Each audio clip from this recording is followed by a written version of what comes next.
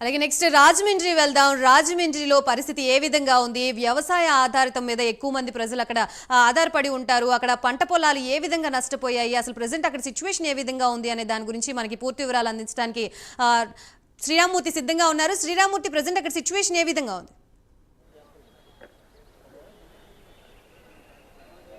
గాయత్రి, మనం ఇప్పుడు చూసినట్లయితే ఇక్కడ బుడమేరు దీని వాగు సంబంధించి పొద్దున్న నుంచి కూడా ఇప్పుడు ఒక హాట్ టాపిక్గా మారిన పరిస్థితి ఉంది.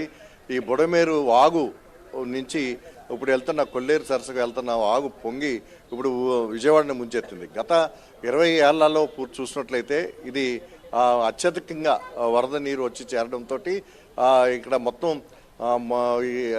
ఇక్కడ అజిత్ సింగ్ నగర్ అలాగే ఐదో డివిజన్ మొత్తం సెంట్రల్ నియోజకవర్గంలోని మొత్తం అనేక అపార్ట్మెంట్లు, భవనాలు, గ్రామాలు కూడా, వార్డులు కూడా ముంచెత్తిన పరిస్థితి. అయితే బుడమేరు నది ఇక్కడ మైలవరం, ఖమ్మం సరిహద్దు ప్రాంతంలోంచి మైలవరం మీదుగా ప్రవహించి ఇక్కడికి విజయవాడ నుంచి కొల్లేరు సరస్సుకు వెళ్తుంది. అయితే ఇది గత 20 ఏళ్ళగా చూసినట్లయితే అనేక ఆక్రమణలు గురైంది.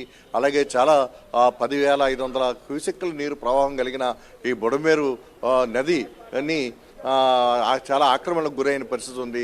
దీంతో భారీగా కురిసిన వర్షాలకి ఈ మొత్తం డైవర్షన్ అయ్యి మొత్తం వరదంతా కూడా ఆ ఊర్ల మీద పడిన పరిస్థితి ఉంది. అయితే ఇక్కడ అనేక బుడమేరుకు ఆనుకుని అనేక చెరువులు ఉన్నాయి. అలాగే మట్టి కరకట్టలు కూడా ఉన్నాయి. అదే కరకట్టల మట్టి కూడా ఇక్కడ తవ్వుకుపోయారని చెప్పేసి ఆరోపణలు ఉన్నాయి. ఆ కరకట్టకు సంబంధించి కూడా చాలా చోట్ల గండ్లు కూడా పడ్డాయి.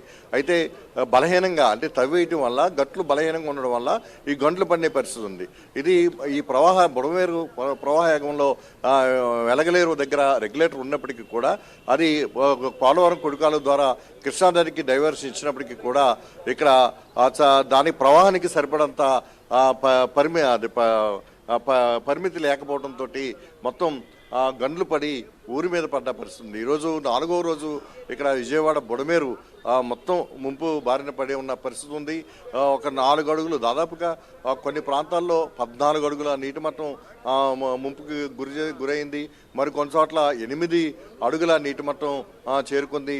అయితే నిన్న రాత్రి నుంచి కూడా ఒక 5 అడుగుల నీటి మట్టం తగ్గడంతో కొద్ది ఊపిరి పీల్చుకున్న పరిస్థితి ఉంది. మరోవైపు చూస్తే ఈరోజు వాతావరణం మళ్ళీ భారీ వర్షాలు కురుస్తాయని, అలాగే రేపు మళ్ళీ ఒక అల్పపీడనం ఏర్పడుతుందని ఈ వాతావరణ శాఖ హెచ్చరికలతోటి మరింతగా ఆందోళన కూడా నెలకొన్న పరిస్థితి ఉంది. Right, thank you Srirammurthy. అలాగే నెక్స్ట్ మనం నెల్లూరు